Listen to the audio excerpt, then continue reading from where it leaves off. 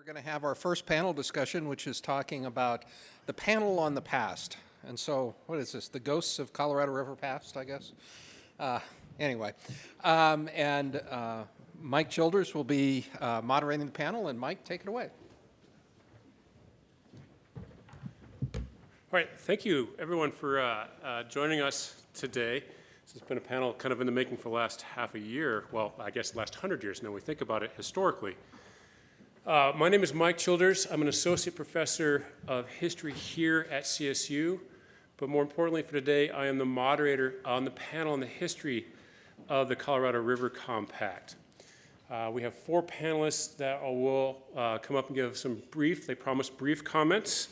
And then they'll have some of a roundtable with some Q&A with the audience ongoing. So to introduce them very briefly to get moving on, the first up will be Patty Rettig, who's the archivist for the Water Resources Archive at Colorado State University Libraries, right across the alleyway there.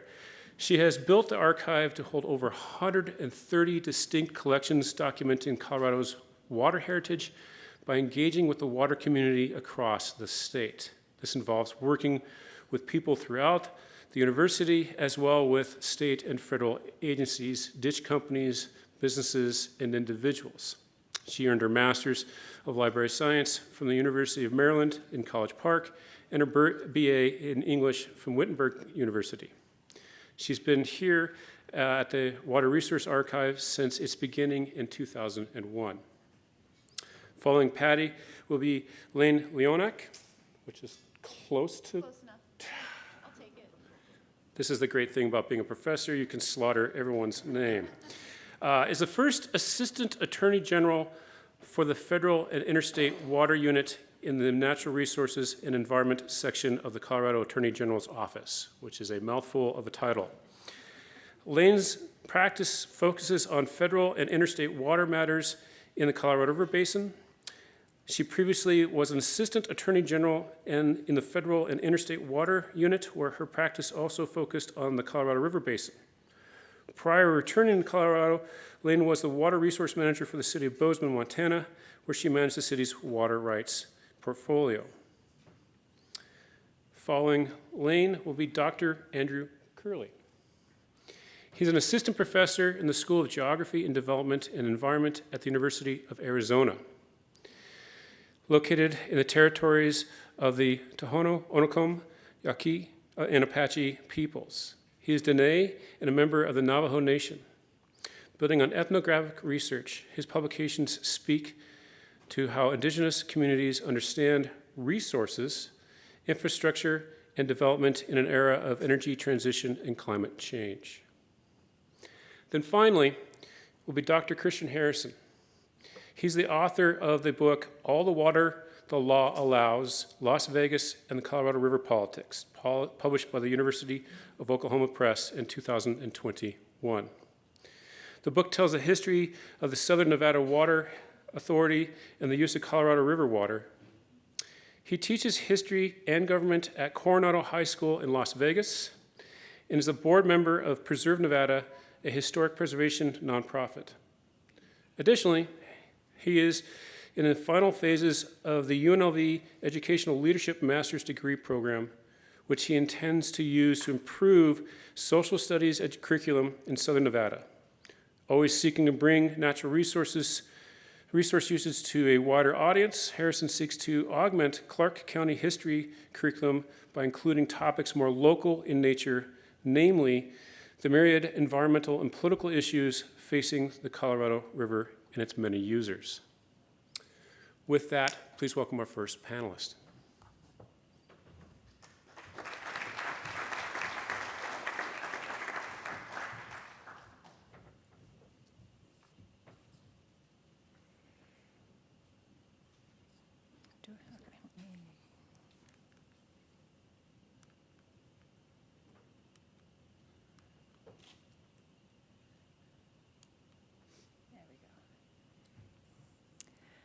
Good morning, everyone, and thank you all for joining us here today. I want to start out by saying that the materials, the person who I'm mainly going to talk about, We have his papers here at CSU, at Colorado State University Libraries. So if you want to know more about those, the actual papers, the documents that matter to this topic, feel free to check out our website, check out the archives over at the library, or talk to me at any point. But my role here today is to talk with you about the origins of the Colorado River Compact. This legal document, negotiated in 1922, was the solution to a problem of its time. What was that problem? Well, back in the early 1900s, the Colorado River overflowed its banks a number of times, causing devastating floods, especially in California and Arizona. This prompted calls for flood control. However, this was not the problem. In fact, there was widespread desire for control and utilization of the river, as it was termed at that time. People wanted to build dams not only for flood control, but also to create storage for irrigation water, as well as hydropower production. Engineers could solve these issues fairly easily. The 7 states, however, knew that action by any one state could impact other states, and the states wanted to preserve their inherent rights that David Robbins talked with you about this morning. The states didn't want any other states to infringe on their own water availability and use. They also didn't want each other to resort to litigation, because that would mean judicial decisions could limit states' rights, and judges typically are not water experts. The states also didn't want the federal government stepping in and taking control of the entire Colorado River system, because that would definitely erode states' rights. So these were the 2 common goals for the 7 states: develop the river and maintain state sovereignty to the extent that they could. The problem was they didn't know how to accomplish these goals. Distress ran high, and fear of losing rights to water within their borders did as well. So the Colorado River problem was what this man called the human factor. The states needed to adjust the human-created legal systems which differed across borders. They needed to find a way forward to form an agreement. They needed a structure under which to collaborate, to negotiate, to compromise. They needed to achieve trust. This man, Delph Carpenter, was a Colorado water lawyer from Greeley who was intimately involved with interstate water conflicts. It was he who began thinking as early as 1912 about using the Interstate Treaty Clause of the U.S. Constitution to resolve such conflicts. So if you take a look at the map, you'll see why Carpenter was thinking about resolving these issues this way.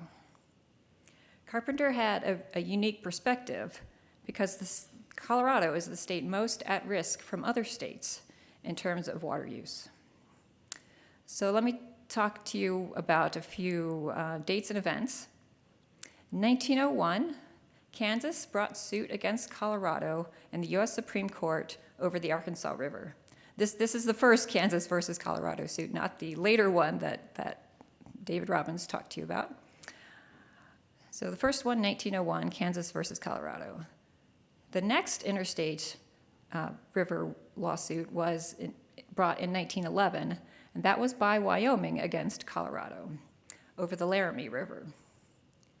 So in this case, Carpenter was involved directly. It was his clients, the Greeley-Poudre Irrigation District, that was building a tunnel to divert water from the Laramie River that flows into Wyoming to the Poudre River, right here in our very basin where we are today.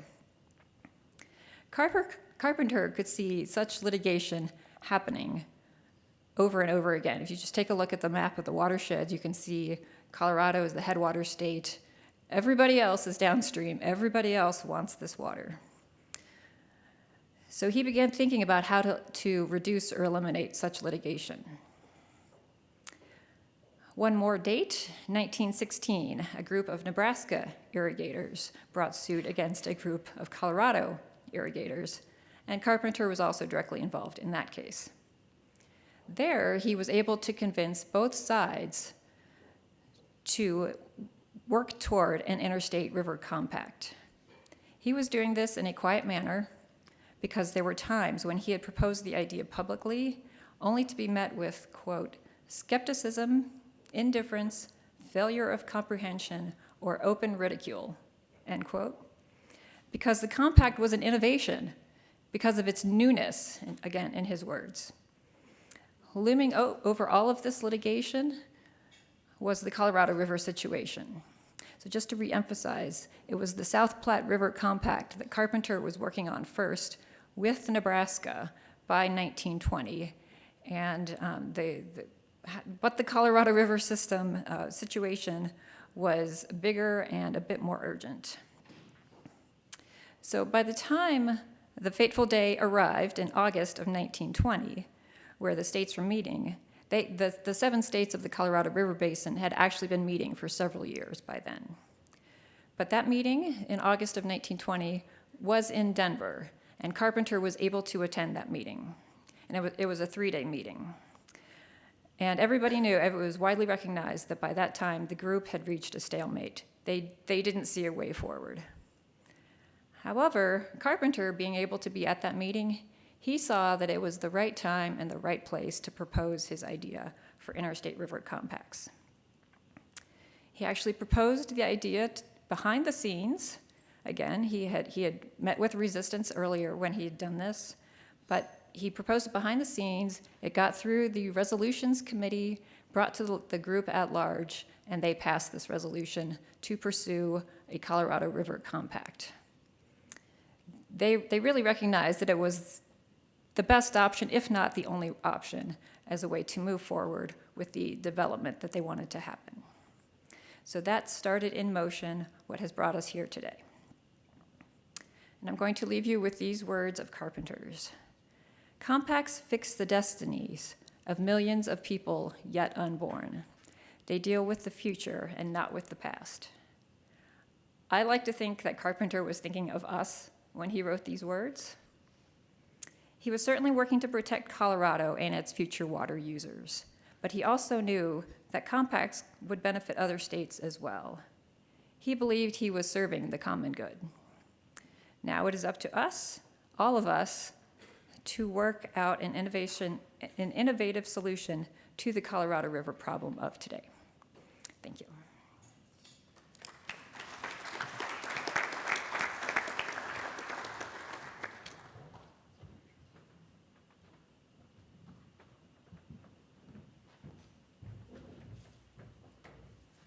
Good morning.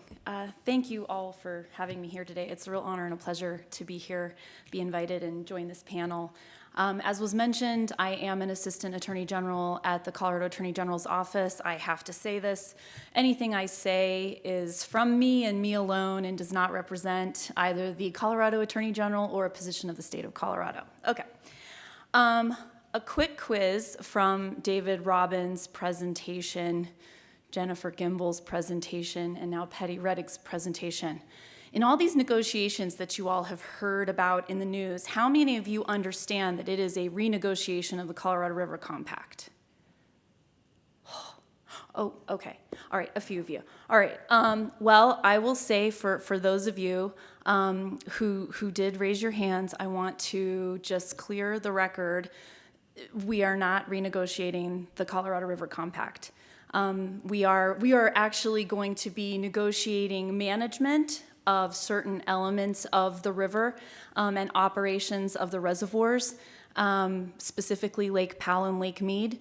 And so please know, if you leave here with nothing else today, we are not renegotiating the compact, which is why it continues to be a working, living document for those of us who practice in the area. It is a hard-working document, and it continues to be a relevant guide for us today, a foundational component, the foundational component for the body of laws that has been developed over the last 100 years. So please take, that's a good takeaway. So Patty did really do a good job of covering what the compact is, or the origins of the compact. But I want to, I guess, touch a little bit on, what was this? Okay. You know, at the time when the Colorado River issues were being discussed, most of the states thought it's got to be litigation. We need a quote-unquote decisive victory in court. Delph Carpenter, having just lost in Wyoming v. Colorado, where the United States Supreme Court handed down an opinion that applied an interstate priority administration system between Colorado and Wyoming, he quickly realized that states like Colorado, who had been slower to develop, would lose, would be negatively impacted. So he did want to pursue this idea that is rooted in Article 1, Section 10 of the United States Constitution that allows states, with the approval of Congress, to enter into agreements between themselves. It, I think, has been mentioned before. It's approved by Congress, so it becomes federal law, but then it also is ratified, Jennifer Gimbel raised this, by each state. So it is both rooted in state and federal law.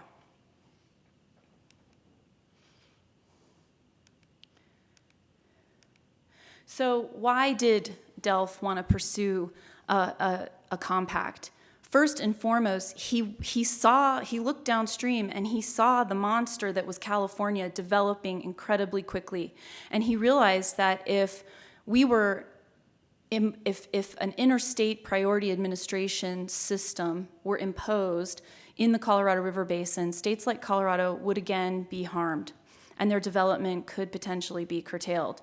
So his first objective was to avoid the application of an interstate priority system as between the states, different from what you all are quite familiar with within the state of Colorado, intrastate priority administration. That is how we live within our means when water is available, and only when water is available, legally and physically available. That we did not want that applied on an interstate basis. The next piece is he didn't want us to be in a race against states like California, who were well ahead of Colorado. He wanted to be able to secure a supply in perpetuity for states like Colorado to be able to grow at their own pace based on their own needs. And last but not least, he really didn't want to invite federal control. As Patty mentioned, he was a state sovereignty guy. So he wanted the states to retain autonomy over their ability to control, administer, and distribute the waters of the state. So I don't have time to talk about all of the examples of how these objectives were achieved in the compact, but I do want to highlight two articles or excerpts of two articles of the compact. One is Article 2A, which defines the Colorado River system to include tributaries. This is something that the lower basin states did not want. They wanted to exclude tributaries from the definition, and I'll touch on that a little bit more later.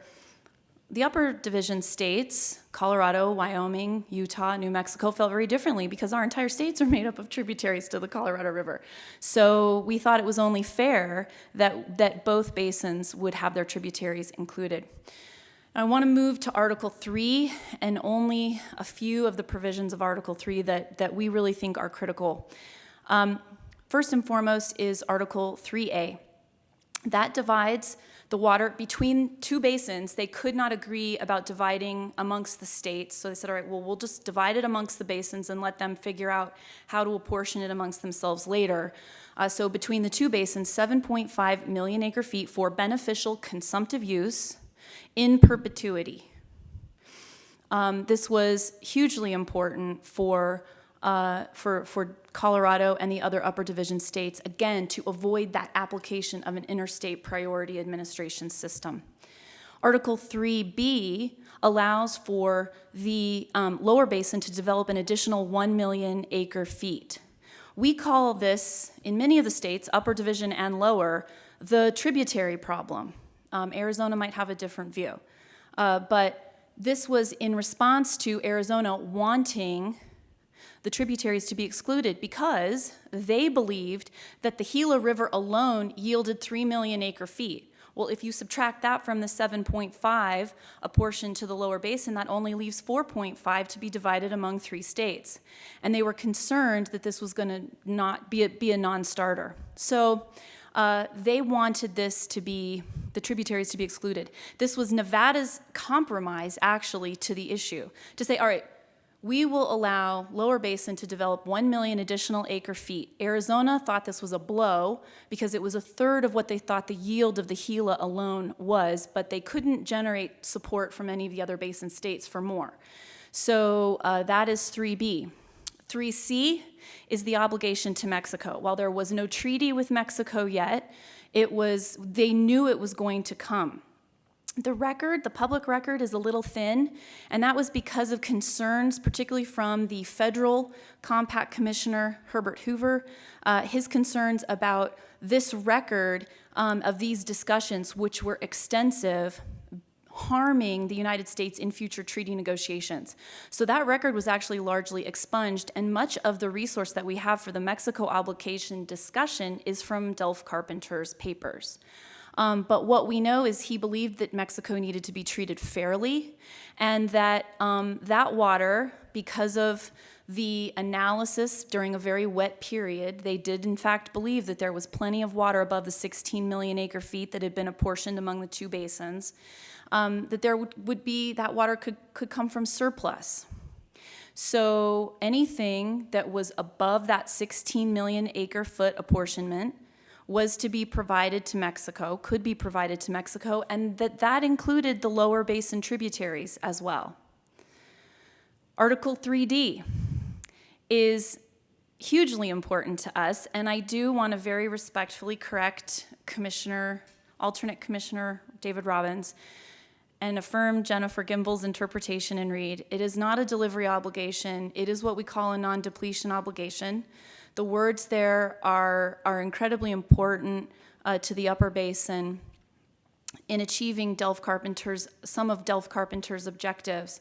But it says that the Upper Basin shall not deplete the flow at Lee Ferry below 75 million acre feet over a 10-year consecutive period, a 10-year rolling average. And this was so important to the Upper Basin because Delph Carpenter and others recognized that there was hydrologic variability here. And there could be times when the snowpack wasn't sufficient to be able to deliver a set amount to the Lower Basin. The Lower Basin pushed back against this pretty aggressively. They wanted an annual minimum delivery. Understandably so. They needed to develop. They needed certainty in their water supply. It's not a crazy ask. It was just something that we knew in the Upper Basin we couldn't give them or promise because of the fact that we are subject to what falls as snow every winter. We still don't know today what 2023 is going to bring. We won't know until later on in the year. So, and even then it's a guess. But the Lower Basin pushed back. They said, we have to have minimums. We're deeply concerned about unchecked development in the Upper Basin, to which Delph Carpenter responded that we have tall mountains and narrow canyons. Our supply is limited by what falls as snow and runs off as snow melt in the spring. I hear what you're saying, but I promise you that's not possible here. You're still going to be able to receive a supply of water. But we have to have flexibility. We cannot be obligated to deliver you an annual amount every year. And so as the Lower Basin pushed for these minimums, Carpenter said, look, if you push us on these minimums, we're going to have a protecting clause as to precipitation because we cannot control that. We have no control over that. And so even his engineers were telling him, it's going to be 50 years before we can tell you what the minimums and maximums are on this river. We don't know right now. So he did not want to set the Upper Basin states to fail, the Upper Division states to fail and be in violation of the compact right out of the gate, because they'd failed to deliver on an annual minimum. So hugely important. I think that these excerpts from the compact really illustrate how Carpenter was successful in achieving the three objectives he'd set out to. 1, there is no application of an interstate priority system. 2, the states have the freedom to develop their apportionments in perpetuity. 3, they retained state autonomy over the control of their water and avoided federal intervention.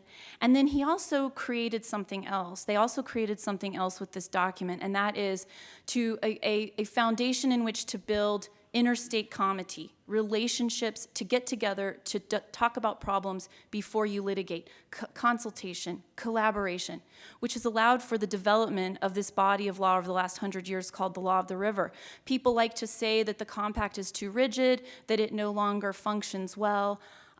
It seems that history has illustrated that there has been sufficient flexibility found in that document to allow for this body of laws to be able to respond and react and adapt to the conditions on the river for the last 100 years. Thank you. Am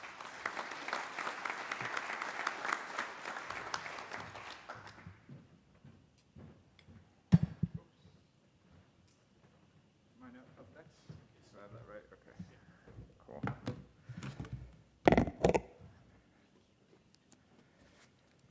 Good afternoon. Yat she Andrew Curley nishe bilagana nishle hanagani bashachin bilagana dashache. Ki ani dashanale. I'm a member of the Navajo Nation, and not really beholden to any compact, and not really representing Lower Basin, but I would be happy to represent Colorado if they represent the position of Colorado. Sure, they wouldn't want me to go forward with that. Is this yours? Do I keep? Yeah, I'll go through the slides. So the Colorado River is an abstraction. It is physically defining. It defines Arizona's western border, creating real political barriers between California and Nevada. Within colonial law, rivers are much more than rivers. They are forecasted annual flows, the basis of rights of diversion, which in turn are the foundations for past, present, and future economies. Geographers and others define rivers sometimes in expansive areas called basins, which we've been describing and talking about. And these include the tributaries, just discussed previously, that eventually flow into larger river systems. This comprehensive appreciation for rivers is different from understanding the environment according to local ecologies or sustainable economies built on centuries of limited, minute, and often bounded environmental observations. In the past, indigenous environmental sciences did not limit rivers to basins or categorize them within systems. As with observations of the land, traditional knowledge was based on a different episteme, one inclusive of land and animals. Although these are also topics of environmental sciences, our academic divisions of labor with an emphasis on specialization cause us to focus on narrow questions at the expense of holistic social, cultural, and political considerations. As Dene activist Renee Yellowhorse states, we are for economic development, just not here in, on the river and at the confluence of the Little Colorado and Colorado River. It is our churches where we say our prayers, it is where we give our offerings, it is where we commune with the holy ones. So what is, this presentation draws on environmental history to rethink how we understand climate crisis in the Southwest, particularly around questions of drought along the Colorado River. So much of this crisis is presented without history, although this panel is about history, looking toward a not too distant apocalypse in the future. Indigenous researchers like Menominee scholar Kyle White argues that our apocalypse is in the past. Our worlds, our environments remain around us in ways worse than most dire predictions of climate change are predicting. What is worse than the flooding of a dam, the violent removal from ancestral lands to foreign ones, the kidnapping of children from homes to boarding schools? This is the basis of our experience with the Colorado River and why, like our nation, the Navajo Nation, have been living here for centuries and still don't have rights within your colonial system of the Colorado Compact to the Colorado River.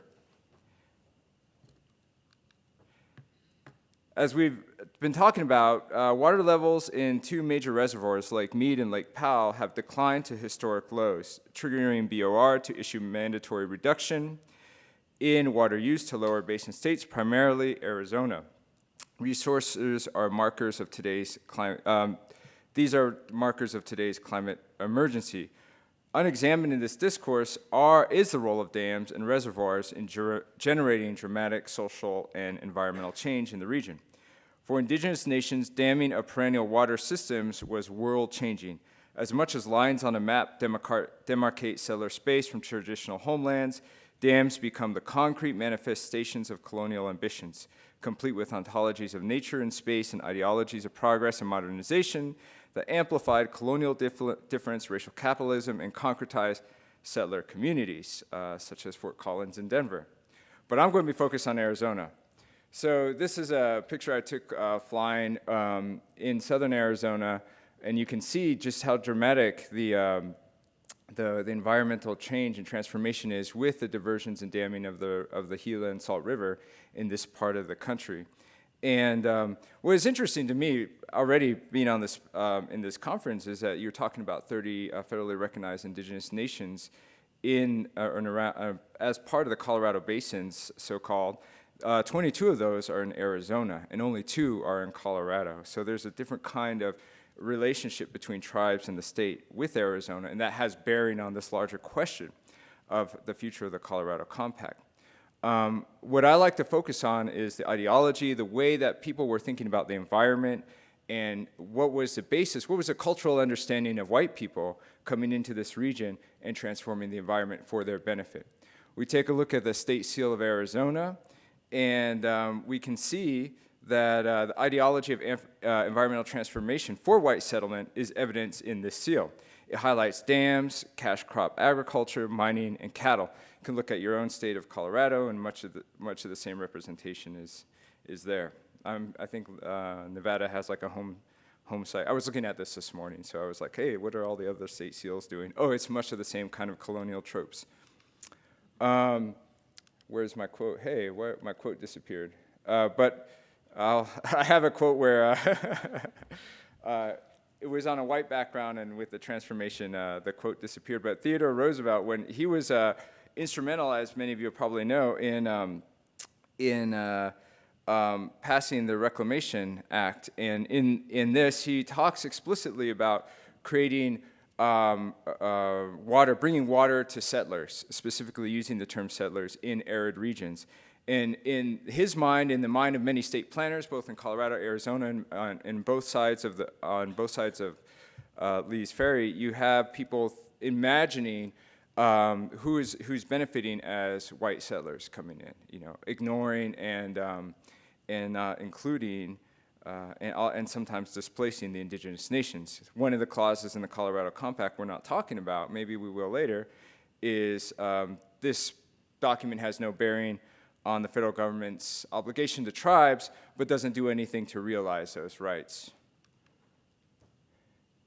Colonial hydrological science early on measured annual river flow of the Colorado River starting in 1906 against an idea of drought, saying that there's already not enough water to satisfy existing and expanding needs at that time. The hydrological studies were initially funded through the Reclamation Act with the express intent of estimating the river for productive use. The early studies were crude, and they were few points to gather data. A lot of them are here on the upper basin. Notably, what would become the lower basin had a few of these water flow measuring stations compared to the upper basin. So I'm skipping over stuff that's already been talked about. Hydrological estimates are a scientific quantification made the dividing and pillaging of the river possible. So this is what I wanted to get at. The science is always serving a political aim. So it's not just science for science sake. I'm an objective researcher just studying the river to see, how much water goes through it. It is to service the interests of these states as political, as political institutions designed to expand water use, to bring water to ranchers and settlers moving into the area, and to limit and deny indigenous land and water claims moving forward. Let's see if this next quote comes up. No, it didn't come up. I'll just skip over that. One of the things that I've been researching lately are the early diversions and dams in Arizona, particularly around the Salt River and Gila River, which we were just talking about, how much water is in the reservoir behind Roosevelt Dam or Coolidge Dam. And one of the things that I've found when looking back at the archival record is that there was appropriation and diversion of water regardless of existing tribal use. So you have Salt River Indian Nation, Gila River Indian Nation, Apache nations whose reservations were just recently established. These waters were being diverted going into that reservation by canals like the Florence Canal over in the left-hand corner, creating the need for other reservoirs and dams to satisfy the reservations. In the case of the Coolidge Dam had to create reservoirs to meet the obligation for the Gila River Indian tribe at the expense of the San Carlos Apache. So you were taking land from the Apache in order to create a reservoir for water for another tribe you already have an obligation with, because you allowed people in Florence to create a canal, fund it through bonds and also some federal monies to divert water from where it had naturally gone to the new sources where they diverted away from Indian reservations. So it's an act of colonization that is happening in the infrastructures built up across the tributaries and into the Colorado River. And by the time you get into the 1960s, this is more recent stuff that I've been working on, you can see that, in fact, their estimates of how much water can be held back is already outdated. So this is a 1965 New York Times article, and it says, if you actually ask the San Carlos Apache how much water might come into this area, they would say, well, there's a lot of fluctuation, which is what you're experiencing now in the climate. But the Apache people were telling engineers and people diverting the water, these rivers early on, they were warning about this problem, and this was starting to develop as early as 1965. We started to see that the data was already outdated, as this article writes. Yet at that same time, Arizona is pursuing the Central Arizona Project. There's negotiations between California and Arizona at this time to pass what became the Colorado River Basin Act, which created the financial means to build CAP, and also to do a lot of the measurements that we were talking about earlier along the river, But part of this CAP, and this map I got out of the Stuart Udall archives at the University of Arizona, because Colorado River doesn't naturally flow towards Phoenix and Tucson, you have to power it with energy. And that energy was coming from a coal-fired power plant where I did a couple years of research near Page, Arizona, right north of Lee's Ferry. And that power plant supplied 90%, until it closed a couple years ago, 90% of the energy required to move the Colorado River into Phoenix and Tucson. Today, CAP is still the largest energy consumer in Arizona, which, and we don't really know where that energy is coming from. When you look on their website, it says it's getting future purchases on the market, and that can be coming from a range of sources. But with the Navajo generating station, one thing that's interesting about this particular power plant that I wanted to talk to you all about here in Colorado is that when that was being passed, finally Arizona and California agreed to the terms, the secondary user right for the river that we were talking about earlier in this conference. And it got stuck in the House of Representatives in the Insular Committee. And who was in charge, who was the chairman of the Insular Committee was Wayne Aspinall, somebody's named after Wayne Aspinall here, one of our early speakers. And Wayne Aspinall wanted water, upper basin water, Arizona's upper basin water, to be guaranteed in order that there wouldn't be development of that, in order to have Colorado support legislation to move CAP forward, or the Colorado Basin Act. And that was against Navajo water rights, because all of that upper basin water is along the Navajo reservation. 34,100 acre feet was put into contract in the Navajo generating station, a lease of 50 years, where that water would be untouched. The water that the power plant didn't use wouldn't be used for any other purposes. That satisfied Wayne Aspinall. So Wayne Aspinall put that into the negotiation for this for that, for CAP to happen against Dene water rights. And so the reason why we don't have water is in part because of Colorado.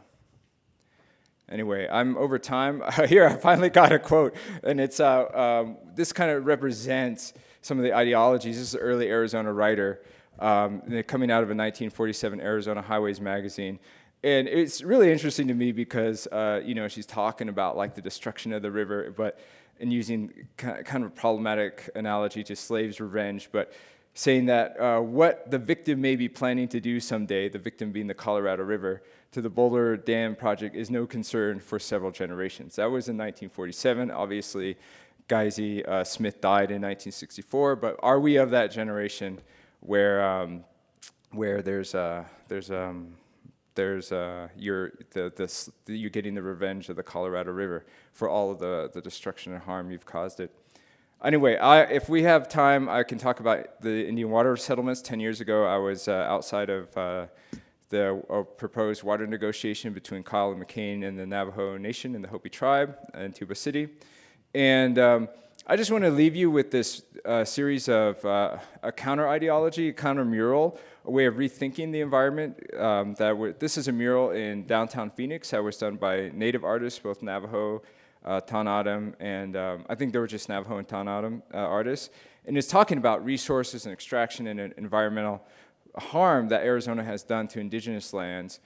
And this is right in front of where CAP was signed by then President Johnson in the Westward Ho Hotel. And you can see Carl Hayden there shaking hands with Lyndon Johnson. So like the kind of the irony of the proximity of these two visions of the Colorado River is interesting to me. Anyway, I wanted to tell you more about that, but I'm already way over time, and I was threatened with some really severe punishment if I went over time, so I'll stop now.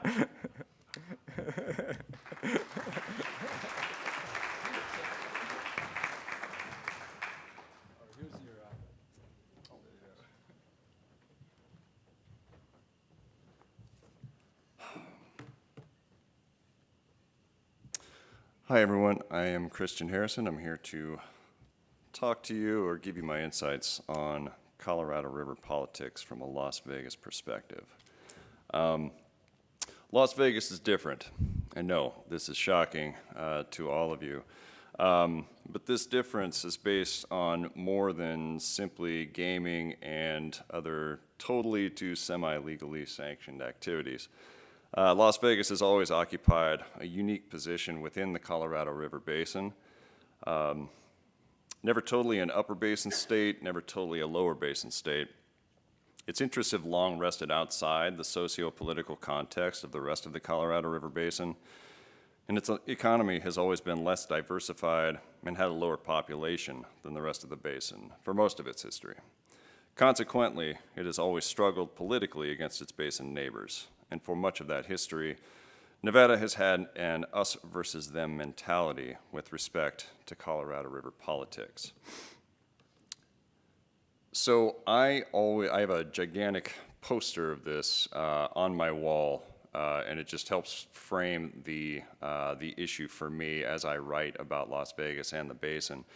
And so I'll just have this up there for you, but this is kind of where I get the us versus them mentality with respect to the politics. And you look at this one sole population center that's actually on the river, Las Vegas, and essentially Las Vegas is the state of Nevada in Colorado River context. It's the only place where you can use the water. So if I say Nevada, if I say Las Vegas, if I say SNWA, that's essentially the same thing for the purposes of this lecture. The defining feature of the history of Las Vegas water use is that of shortage. Las Vegas water history can be divided into two phases, the groundwater phase and the Colorado River phase. During the groundwater phase, the environment limited Las Vegas's water supply. It entirely subsisted on local groundwater sources, and this happened up until the 1970s. During the Colorado River phase, the American legal system limited Las Vegas's water supply. In my book, I focus mainly on the Colorado River phase of Las Vegas water history, which began in 1971 when the Bureau of Reclamation built the Southern Nevada Water Project. This brought water to Las Vegas, but also the law of the river. Arguably, the most important year during the Colorado River phase was 1991. That year, Las Vegas Metropolitan Area Water Managers created the Southern Nevada Water Authority, or SNWA, an agency that possessed the legal authority to transcend municipal, county, and state boundaries. The law of the river and the attendant water limitations it brought was the impetus behind the SNWA's creation. We shouldn't be surprised that a rapidly growing city in America's driest desert would face the prospects of a water shortage. Unknown to many, however, is that Las Vegas sits quite close to the Colorado River. As a result of federally funded infrastructure, this river became the metropolitan area's primary water supply in 1971, and coursing at nearly 8 million gallons per minute is more than adequate to serve the needs of metropolitan Las Vegas. Despite the proximity of such an ample water source, the LOR, Law of the River, precluded the SNWA from simply pumping unlimited quantities of water from the river. It was during the 1970s that Southern Nevada water managers first began to chafe under the LOR. That decade, growth began to stress Nevada's allocation of the Colorado River. Under federal guidelines, Nevada, effectively only Las Vegas, since it was the only city close enough to the river to use the water, was granted the smallest allocation of the river, 300,000 acre-feet per year. This amount stood in stark contrast to the 2.8 million acre-feet set aside for Arizona and 4.4 million for California. By the 1990s, growth had progressed to the point that local water managers knew they would run out of water by century's end.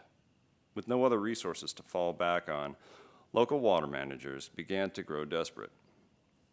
Their desperation was born from the fact that water in the West had long been fully appropriated.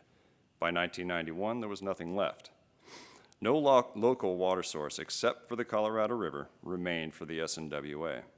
Therefore, if Las Vegas water managers hoped to obtain more water from the Colorado, their efforts would necessitate working with other states.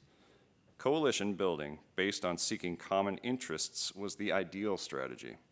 But how could metropolitan water managers engage other state governments?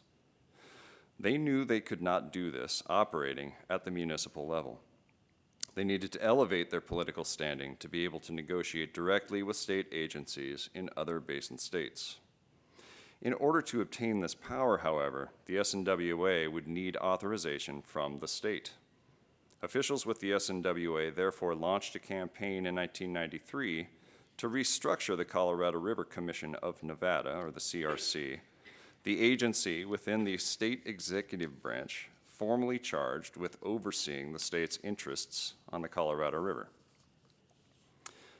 The SNWA campaign succeeded, earning the agency the right to seat 3 commissioners on the 7-member CRC board. This legislation gave the SNWA the largest single voting bloc on the board, effectively granting it the legal authority to operate at the interstate level. This is the most consequential aspect of the SNWA's development and current composition. Never in Nevada history had a metro agency collected local, county, and state-level power to this degree. When metropolitan water managers created the SNWA, they created a unique institution within the Colorado River Basin. The ability to project state-level authority from a metropolitan area gave the SNWA an unprecedented level of influence within the forum of Colorado River politics. The SNWA consolidated local, county, and state power into a single agency. This concentration of power enabled the SNWA to do things its counterparts in other basin states could not. This is not to say that metropolitan Las Vegas is the most powerful political entity within the Colorado River Basin. Certainly, the metropolitan areas of Los Angeles, San Diego, and Phoenix are much larger, but they cannot conduct water policy without the oversight of state government. They must largely go through their state governments, a requirement that serves to dilute their power.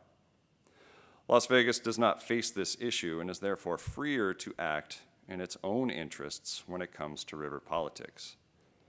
This ability has allowed the SNWA to become an influential player within Colorado River politics. Despite the trend-setting nature of many of the SNWA's policies, It pursued at least one antiquated policy during most of its existence as a water agency: the construction of a water pipeline into the interior of Nevada. Since almost the time the SNWA began, the agency planned the construction of a pipeline to tap distant aquifers in the rural counties north of Las Vegas. And if you see on this map toward the, in Nevada, the area of Colorado River drainage in green, that pipeline was extending essentially to the tips of both of those valleys, extending into the northern part of the state, a distance of about 250 miles. This program stood in stark contrast with its other more innovative solutions to water shortages. For it would seem that the SNWA was hearkening back to an earlier era in which massive metropolitan areas exerted imperialistic power over distant regions. Examples that come to mind are New York, San Francisco, and of course Los Angeles with its infamous Owens Valley project.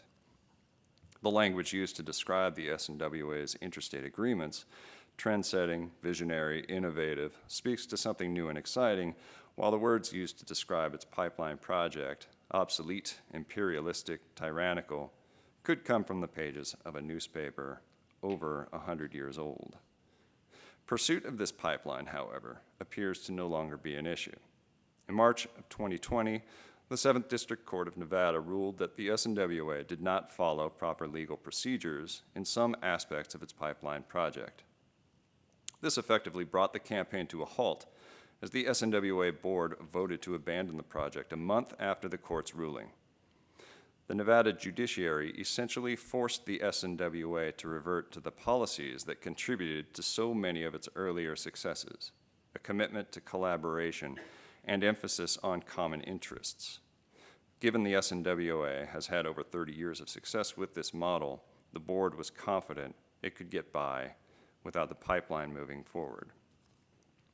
As a quick aside, however, and I failed to write this down, but the entire pursuit of this pipeline you can argue that it was the law of the river and the imposed shortage on Las Vegas by this law that spurred local water managers to pursue this pipeline. So one of the criticisms of the SNWA was, well, why don't you do more to renegotiate the law of the river? And if you look at, all the data shows that the SNWA did everything it possibly could to renegotiate that with no success. The upper basin definitely wants to keep its water. So Las Vegas had no success there and therefore pursued that pipeline project. Still, the pipeline is informative. It represents the limits of the SNWA's influence within the forum of Colorado River politics. It also suggests the possible scale to which the collaborative model must rise in order to be effective on an interstate level. A local approach to water management in the Colorado River Basin simply will not work in this era of limits. To be successful, any water agency must be regional in its focus. In the late 19th century, John Wesley Powell argued that political units in the American West should be organized around hydrographic basins. And here, the SNWA example can serve as a guide. Scaling the SNWA model up to an interstate level would essentially embrace Powell's vision. It would also be a breathtakingly ambitious project and would represent the onset of an entirely new political dimension within our federal system. Unlikely? Yes. But the local conditions that gave rise to the SNWA are now occurring at the scale of the entire American West. The SNWA model could, therefore, serve as a useful starting point moving forward. Thank you.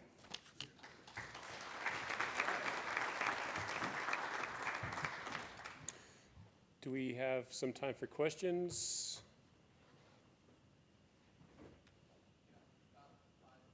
About 5 or 10 minutes.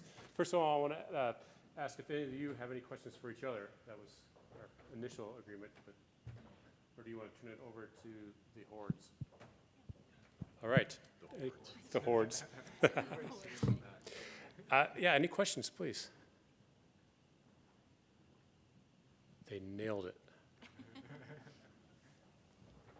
So it was stated early on that it was assumed the Gila River had 3 million acre feet. Hold on.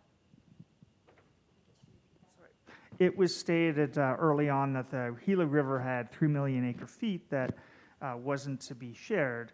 My understanding is the Gila River doesn't even flow into the Colorado now, but any idea on kind of where they got that number from, what the actual number is? I mean, because if I do the math, that's 15,000 cubic feet per second on average. So I'll take that.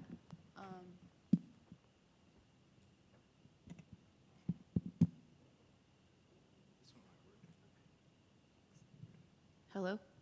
Hello? Okay. So yeah, it came from engineering studies done in the state of Arizona. I don't remember the lead engineer who was performing that study at the time that the compact was being negotiated, but I think it was also supported by reclamation efforts, and at that time, there's certainly potentially more accurate sources of information today. It's my understanding, however, that reclamation hasn't done a lower basin accounting of its tributaries that have been publicized since 2005. So it's very difficult. We would very much like to know what the current yield of the lower basin tributaries are. We would find that to be very informative. We've been told that that information should be forthcoming later this year, but we've heard that before. So I don't know what the current yield of the Gila is. Yes, it is heavily consumed. I can't speak to whether or not it reaches the confluence of the Colorado, and I don't know if 3 million was accurate at that time or not.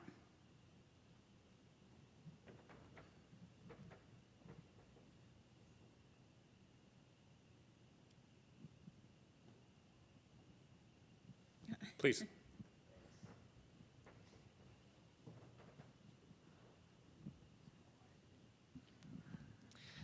In the leading up to the compact, it sounded like the goal was equitable apportionment.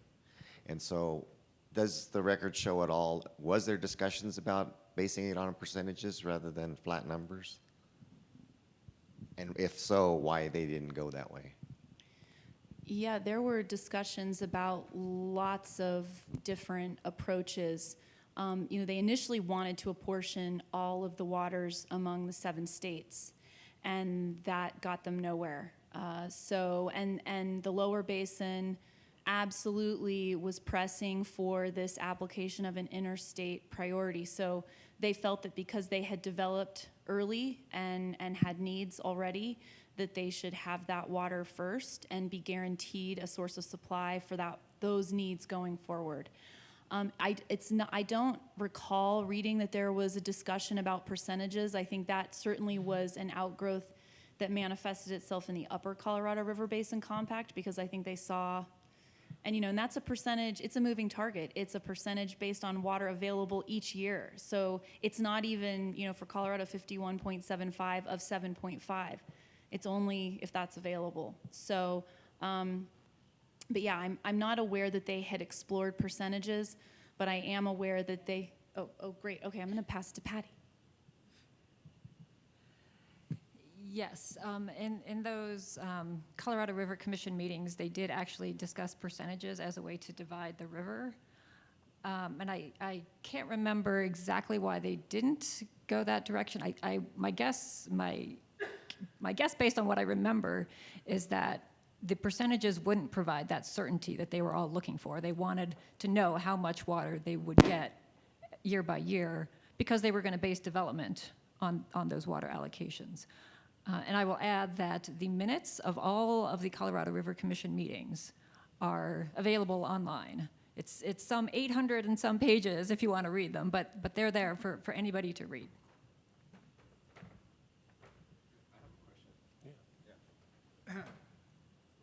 Why were Indian water rights not included in the Colorado River Compact? Oh, sorry. I took your break. It's a symbolic taking. Yeah, right. You want it? You want to share? So as I understand it, and I'm going to defer to Patty, there's probably like about 8 other people in this room who would have a better answer than what I'm about to give. But my understanding is that it was an incredibly contentious issue. Everyone knew that tribal reserved rights needed to be dealt with, but they were uncertain and unclear how to go about doing that. And so that one line was included at the insistence of Herbert Hoover to put a placeholder there for future discussions. But the winter doctrine was out. That was practicable, irrigable acres.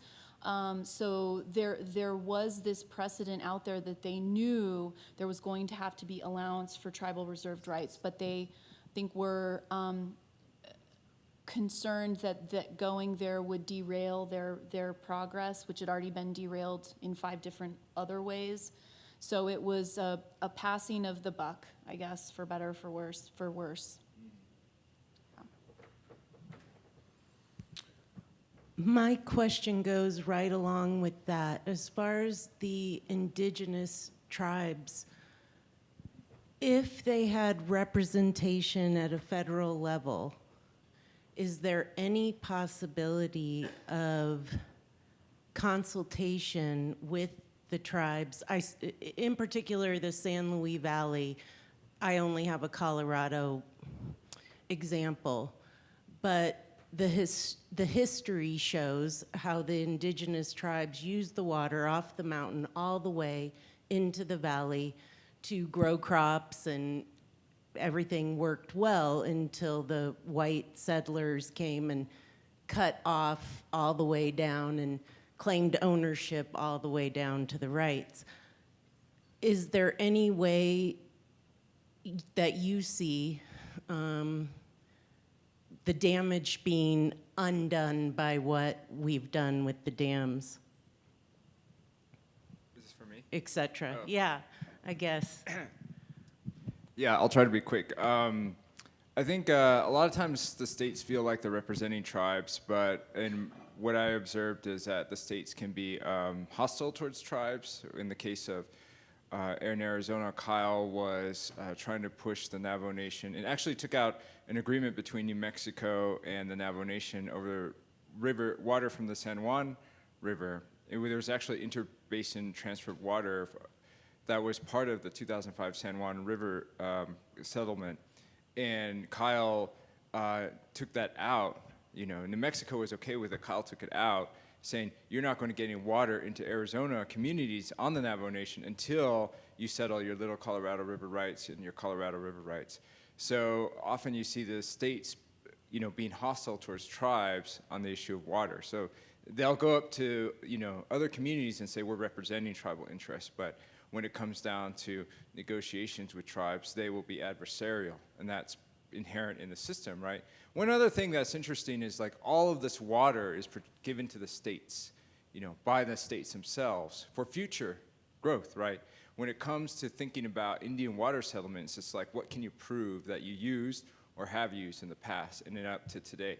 So it's always about keeping us in, you know, where we're at and in the past, whereas like there's always this optimism and future growth that's inherent in the way that the states think about water, which is why we have a difference in, you know, the material prosperity between the states and the tribes, just based on the way the politics, the law, and power plays out between the states and tribes. So that might not be directly what you're asking about, but that's, yeah. All right, if you have any questions, obviously corner them later on in the day. That most of them will be here. Thanks to the panel,